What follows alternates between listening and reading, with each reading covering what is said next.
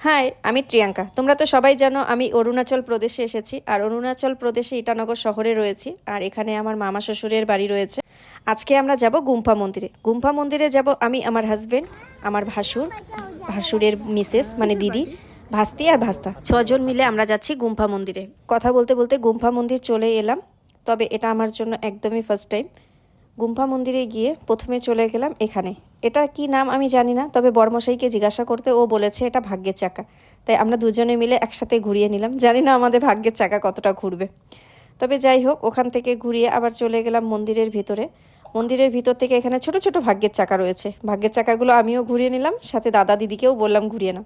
তারপর সোজা চলে গেলাম ভগবান গৌতম বুদ্ধের কাছে। সেখানে গিয়ে বড়মশাই ভগবান গৌতম বুদ্ধের কাছে প্রে করে নিল।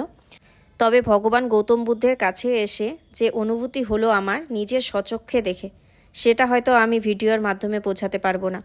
তারপর মন্দির থেকে আমরা সবাই বেরিয়ে পড়লাম নেক্সট ডেস্টিনেশনের উদ্দেশ্যে। তবে সেটা আমি তোমাদের সাথে শেয়ার করব। ততক্ষণের জন্য সবাই ভালো থেকো, সুস্থ থেকো, টাটা, বাই বাই।